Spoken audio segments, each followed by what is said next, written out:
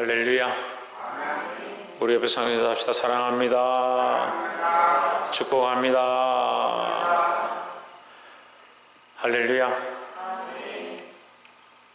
사사기 7장 말씀 함께 나누겠습니다. 사사기 7장에서는 기드온의 승리가 나오는데, 기드온이 미디안 이 군대, 또 이것도 연합군이죠. 주로 적군들은, 이 악한 것들은 연합을 잘 합니다.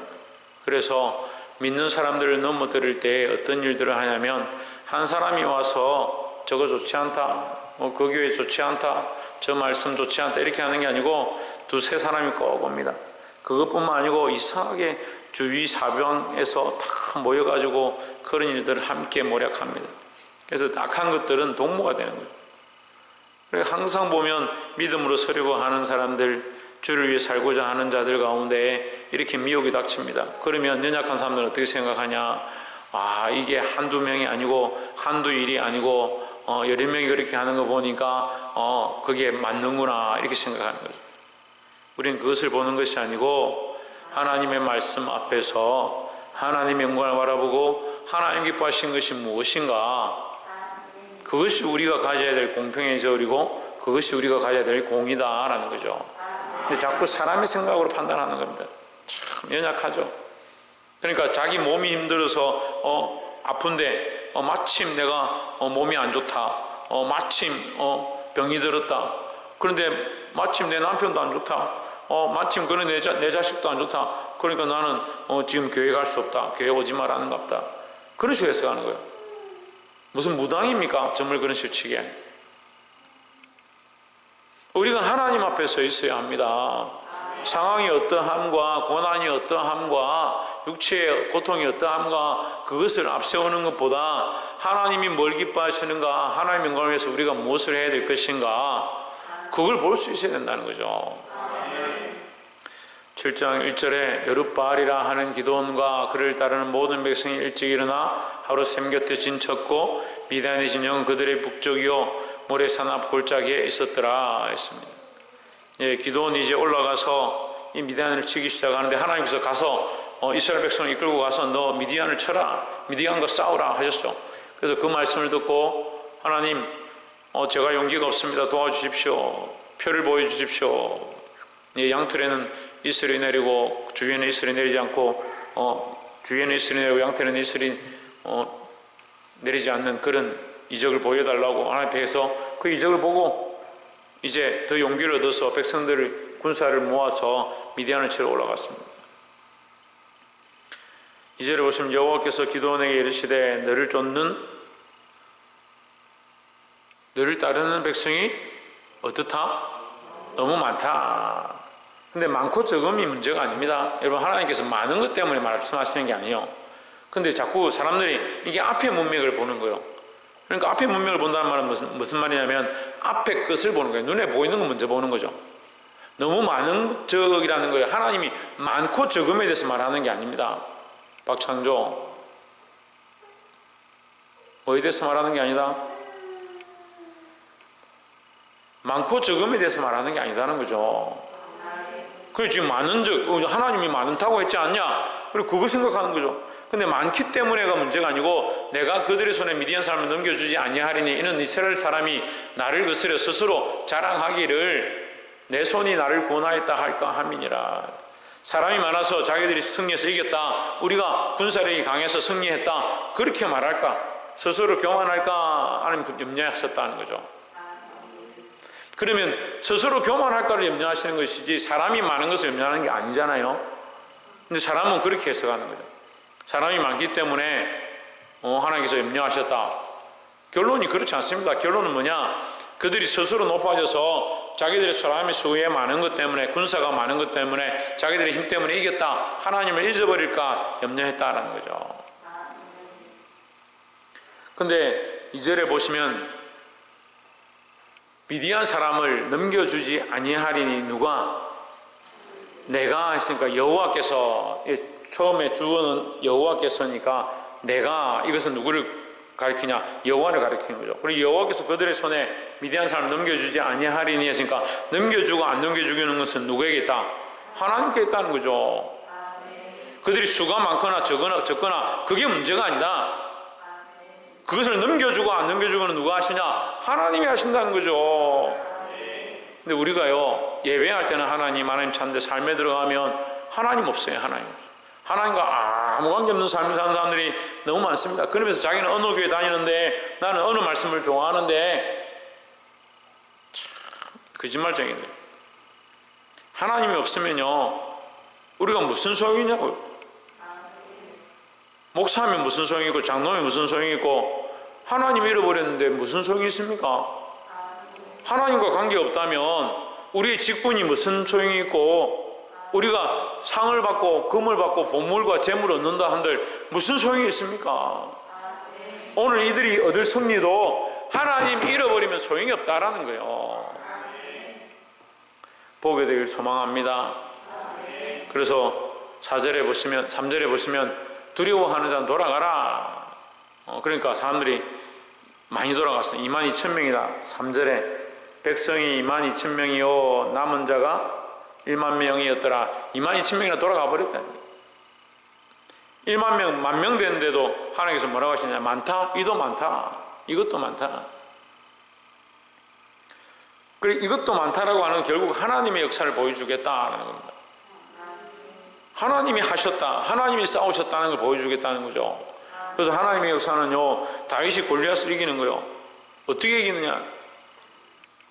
문헌적으로 키가 140, 150밖에 안 되는 어린 소년을, 13살밖에 되지 않는 어린 소년이 어떻게 키가 3m 가까이 되는 거인을 싸워서 이기냐는, 그 칼이 무거워서 배틀째 같아서 사람이 들 수가 없어서 장정들이 옆에서 칼을 들고 가야, 그 창을 들고 가야 될 만큼 그렇게 큰데, 그걸 어떻게 이기냐는 거죠. 사람의 이론으로 이길 수 없는 겁니다. 연합군이 쳐들어와 있는데 10,000명도 많다. 그래서 어떻게 합니까? 물가로 내려가라. 5절에 이에 백성을 인도하여 물가에 내려가매 여호와께서 기드온에게 이르시되 무릇 개의 핥는 것 같이 혀로 물을 핥는 자들을 너는 따로 세우고 또 누구든지 무릎을 꿇고 마시는 자들도 그와 같이 하라 했습니다. 10,000명을 데려가서 어떻게 하느냐? 물을 마시게 하는 거예요. 32,000명이 있었는데 두려워한 자가 가라 하니까 22,000명이 가버렸어요. 그냥 10,000명이 드는 사람들은 많이 있어요. 10,000명이 드는 사람들은. 10,000명이 드는 사람들은 그나마 그래도 믿음이 있다 생각하고 10,000명이 듭니다. 그런데 10,000명이 들어서 끝까지 믿음을 지켜야 하는데, 여기 뭘 말하냐면 무릎 꿇는 자와 핥는 자를 얘기하는 거예요. 두 가지를 구분하는데, 무릎을 꿇는 자와 핥는 자, 이게 핥는다는 것은 부끄러움입니다. 부끄러운 일이에요. 무릎 꿇는 건요, 그것도 부끄러운 거예요. 여러분, 뭐냐면 무릎을 꿇는 것은 하나님께 부끄러운 거고요, 핥는 것은 세상에 부끄러운 거예요. 이해가 됩니까?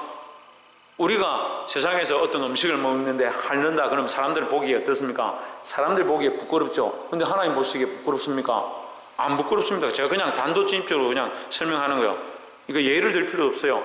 그냥 실제로 내가 음식을 먹는데 이걸 핥아 먹으면 사람들 보기에 민망하죠. 부끄럽지 않겠습니까?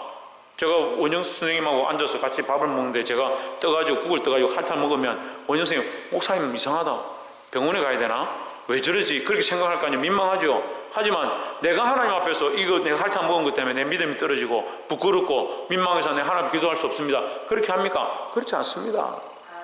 근데 무릎 꿇는 것은 뭐냐? 무릎 꿇는 것은 세상에 보기에는 괜찮습니다. 근데 하나님 보시기에는 부끄럽습니다. 우리는 오직 예수 그리스도의 이름 앞에 무릎 꿇어야 하고, 오직 여호와의 이름 앞에만 무릎 꿇어야 합니다. 특별히 이들은 목숨을 걸고 이스라엘을 위하여, 특별히 여호와의 이름을 위하여 싸우러 나온 자들입니다. 다른 것을 위해 싸우러 온 자들이 아니에요. 그런데 그들이 어디에 무릎 꿇으냐? 물가에 가서 무릎을 꿇은 겁니다. 물가에 들어갔는데 물가에 가서 무릎을 꿇었습니다. 목사님 너무 이렇게 확대해서 가는 거 아닙니까? 물을 먹었죠. 왜 물을 먹습니까? 목이 마르니까 물을 먹죠. 지금 목이 마르는 것에, 이 구약에서 목이 마른 것은 생명과 같은 거예요. 이스라엘 백성이 광야에서 왜 원망하느냐? 하나님의 영광을 보고도 왜 원망하느냐? 목이 마르니까요. 죽을 것 같으니까요. 그 목마른 것은요, 굉장히 중요한 문제예요. 야곱의 우물 때문에 싸우죠. 우리는 그냥 그 우물 놔두고 가서 커피나 끓여 먹지 그렇게 생각하겠지만, 배고프면 라면 끓여 먹지 그런 소리 하겠지만, 이들에게 물이라는 것은 정말 중요한 거예요. 지금 전쟁 전에 물을 먹고 가서 싸우는 거, 여러분 목이 안 말라봐서 그런데요, 전쟁을 하는데 목이 마르면 싸울 수가 없습니다. 그래서 전쟁하기 전에 물을 마시는 거예요. 그런데 그들은 어디에 무릎을 꿇느냐? 그 물에 무릎을 꿇은 겁니다. 물에 무릎을 꿇었다는 것은 이미 육체에 졌다는 거죠. 우리는요, 너무 많은 것들에 무릎을 꿇고 살아갑니다. 세상에 무릎을 꿇었습니다.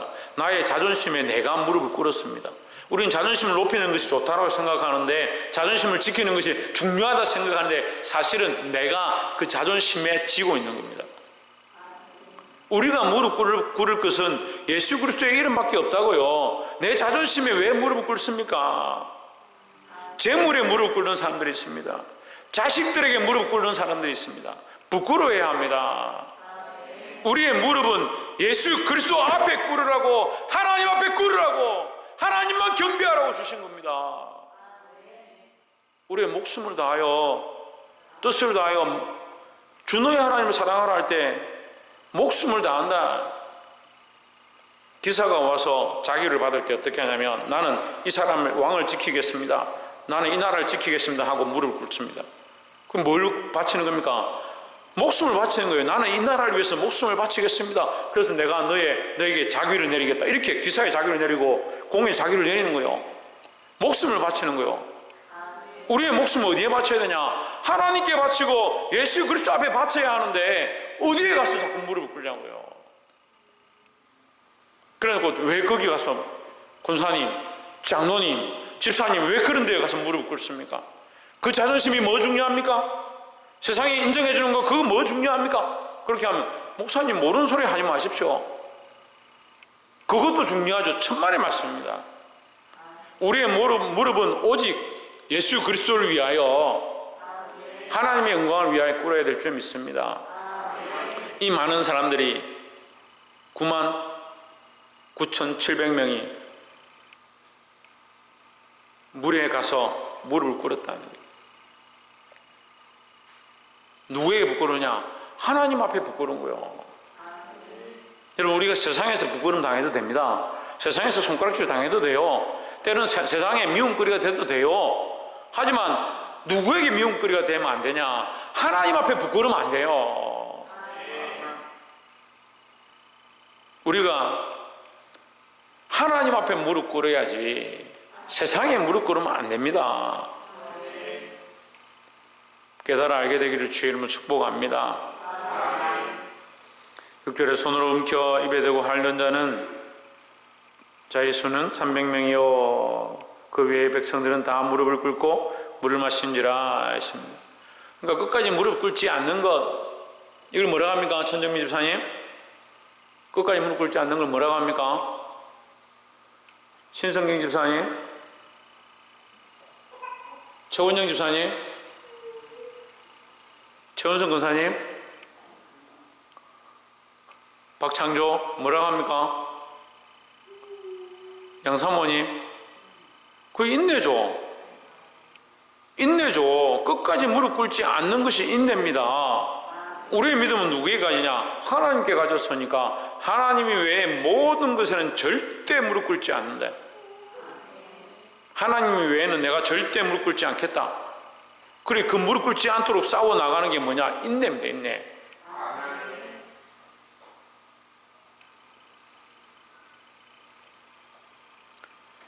두 번째로 나눌 말씀은 12절에 미디안 사람과 아말렉 사람과 동방의 모든 사람이 골짜기에 누웠는데 메뚜기의 중다함 같고 그 약대에 무싸함이 해변의 모래가 수다함 같은지라 했습니다.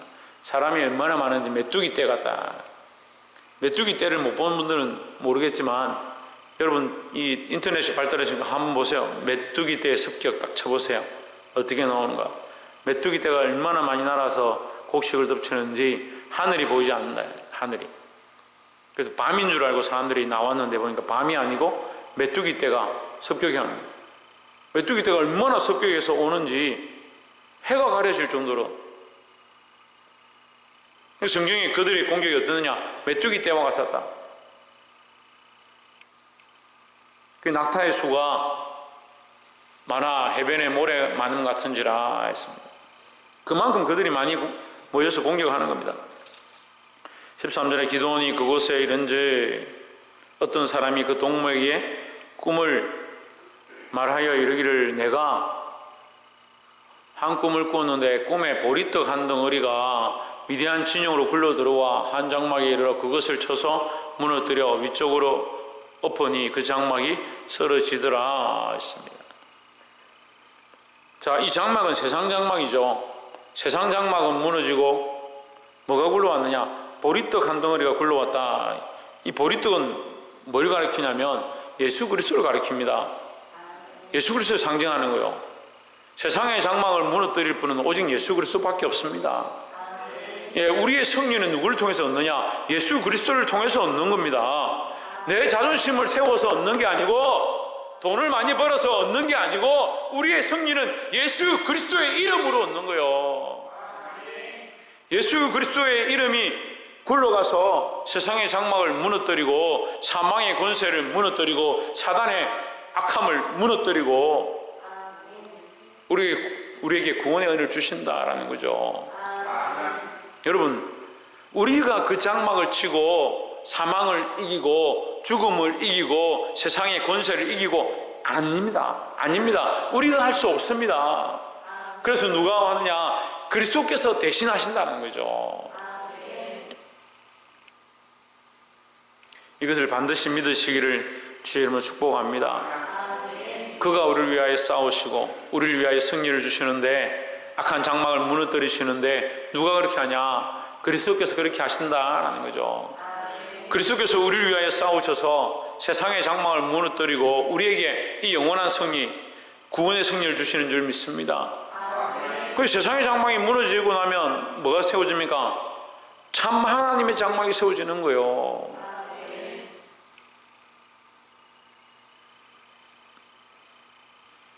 그래, 이 썩어질, 이 무너질 장막을 자꾸 붙잡고 육신에 매여서 세상의 그 방향들만 쫓아가고 육신을 사랑하고, 이 육신이 뭐냐? 쓰러질 장막이다. 쓰러질 장막. 우리는 쓰러질 장막을 붙잡고 있는 미디안에 속한 자가 아니고 우리를 위하여 싸우시는 그리스도 편의 선자입니다. 이 영원한 구원과 승리를 바라보게 되기를 주의 이름으로 축복합니다. 마지막으로 19절에 기드온과 그들을 쫓은 100명이 이경초에 증거에 이른즉 변병에 체번할 때라 교대할 때다 이 말이야. 파수꾼들이, 불침범들이 딱 서고 있다가 교대하는 시간이다. 교대하니까 우수순하겠죠. 그들이 나팔을 불며 손에 가졌던 항아리를 부수니라 했습니다. 나팔을 불고 항아리를 부쉈다. 20절에 세대가 나팔을 불며 항아리를 부수고 왼손에 횃불을 들고 오른손에 나팔을 들어 불며 외쳐 이르되 여호와와 기드온의 칼이다 했습니다. 여러분, 이런 멍청한 짓이 어디 있습니까? 이런 이론에 맞지 않는 전쟁이 어디 있습니까? 예? 여호와와 기드온의 칼이다 소리 지르고 항아리 깨뜨리고 나팔을 불었다. 박창조 뒤에 가서 있어. 지금까지 인류 역사의 모든 전쟁 가운데 이런 전쟁이 없습니다. 이런 전쟁이. 어떻게 이런 전쟁이 있습니까? 어떻게 나팔을 불고 항아리 깨뜨리고 횃불을 높이 들면서 소리 외쳤는데 승리했다. 근데 이스라엘 백성 아무도 죽지 않습니다.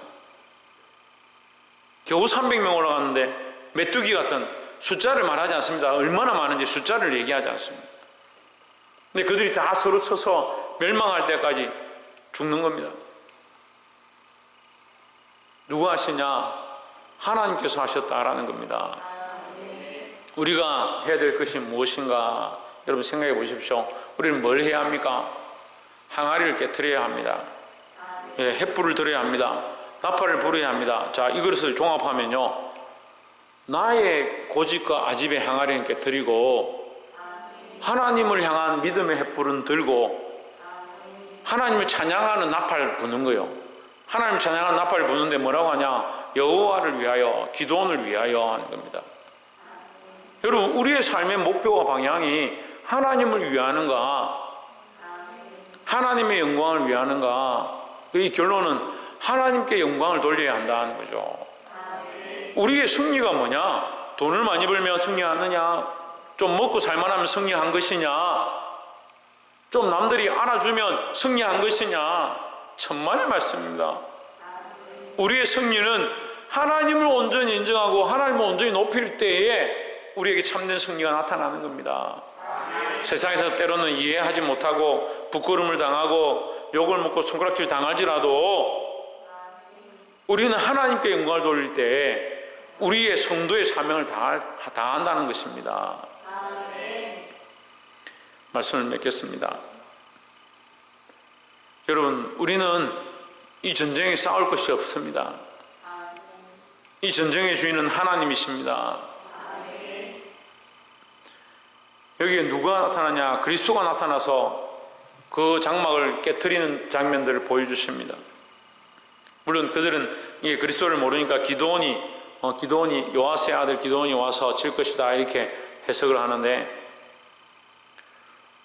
우리는 그리스도께서 오셔서 세상의 장막을 무너뜨리고 우리에게 영원한 하나님 나라로 데려갈 것들을 소망하는 그 믿음을 끝까지 지켜내는 것이 뭐다? 끝까지 인내하는 것이 뭐다? 참된 승리다라는 거죠. 사랑하는 성도 여러분, 하나님께서 우리에게 승리를 주기 원하시고 이 악한 세대 가운데서도 이기를 원하십니다. 누구를 높여야겠습니까?